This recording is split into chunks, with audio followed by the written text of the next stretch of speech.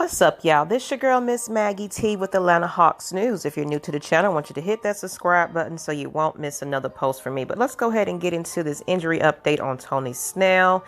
His MRI results did come back, and it does, of course, confirm that he does have an ankle sprain, and he does show a bone bruise. So he did remain in Atlanta and will be missing the game in Tampa against Toronto Tuesday night as well. Snell's status will be updated following the team's return back to Atlanta. So, of course, I'll give you guys an update on that once I get it. But, of course, the Hawks did have a game against the Charlotte Hornets. It was a win of 105 to 101 on the road. Of course, Atlanta started fast, scoring the first 6 points and holding the Hornets to just 3 points in the first 5 minutes of the game. The Hawks eventually took a 24-7 lead, and with Charlotte missing 10 of their first 11 shots, we definitely stayed in the lead.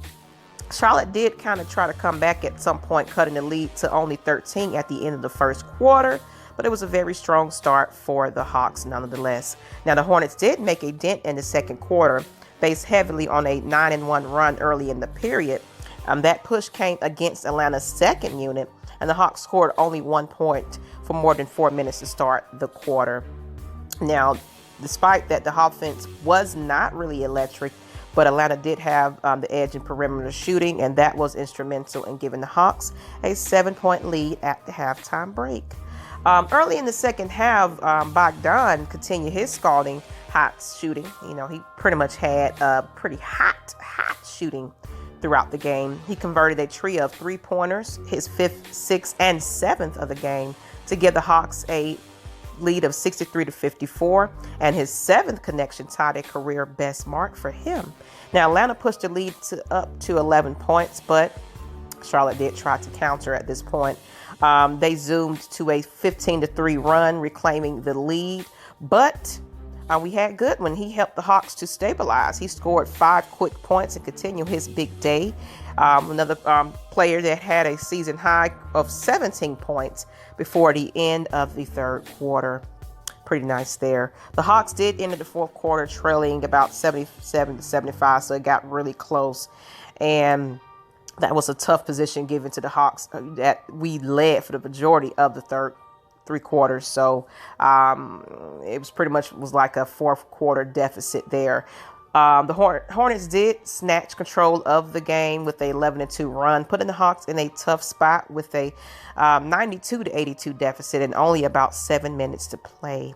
Atlanta did chip away, however, and Lou Williams scored about 8 straight points to help slash the lead to 97-94. So we kind of got that close to it. The Hawks continued to charge, ultimately tying the game with about 2 minutes to play. Then completed a 17-7 run after Atlanta fell behind by 10 points. And in crunch time, the Hawks made the plays necessary to escape with a road win.